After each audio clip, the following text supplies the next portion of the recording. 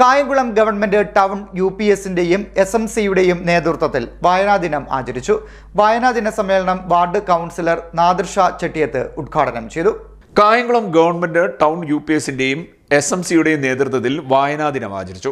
ഇന്നത്തെ ഈ സന്ദേശം നമ്മുടെ ജീവിതത്തിൽ പകർത്തുമ്പോഴാണ് നമ്മുടെ വായനാ ദിനങ്ങൾ ഏറെ സമ്പുഷ്ടമാകുന്നത്.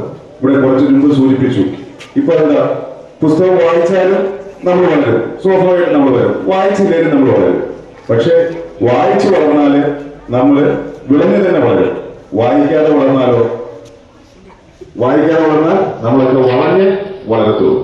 നമ്മുടെ യാത്ര, നമ്മുടെ സഞ്ചാരം, ഇതൊക്കെ ചെയ്യാൻ നമ്മളെ പ്രേരിപ്പിക്കുന്ന ഒന്നാണ് എന്ത് വായന. ഇപ്പൊ നിങ്ങൾ ഹിമാലയത്തിൽ പോയിട്ടില്ലാത്ത ഒരാൾ ഹിമാലയത്തെ കുറിച്ച് ഇങ്ങനെ കഥ പറയും, വമ്പൻ കഥകൾ പറയും. എങ്ങനെ പറയുന്നതാ? ഹിമാലയം ഇങ്ങനെ കണ്ടതുപോലെ പറയും. എന്താ കാര്യം? വായിക്കുമ്പോൾ ഇങ്ങനെ വായനയിലൂടെ സഞ്ചരിക്കും നമ്മൾ. മെല്ലെ മെല്ലെ മെല്ലെ. ഞാൻ ഹിമാലയത്തിലൊന്നും പോയിട്ടുള്ള ആളൊന്നുമല്ല, പക്ഷേ ഹിമാലയത്തെ കുറിച്ച് നമ്മൾ അറിയുന്നത് എങ്ങനെ? വായിച്ചാണ് അറിയുന്നത്.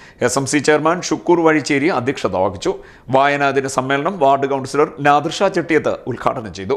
മാധ്യമപ്രവർത്തകൻ U ഷൈജു വായനാദിന സന്ദേശം നൽകി. School head Mrs Jessy Varghese സ്വാഗതം പറഞ്ഞു.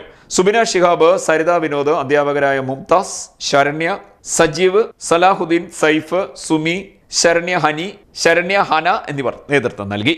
CDNet news, Kayamkulam.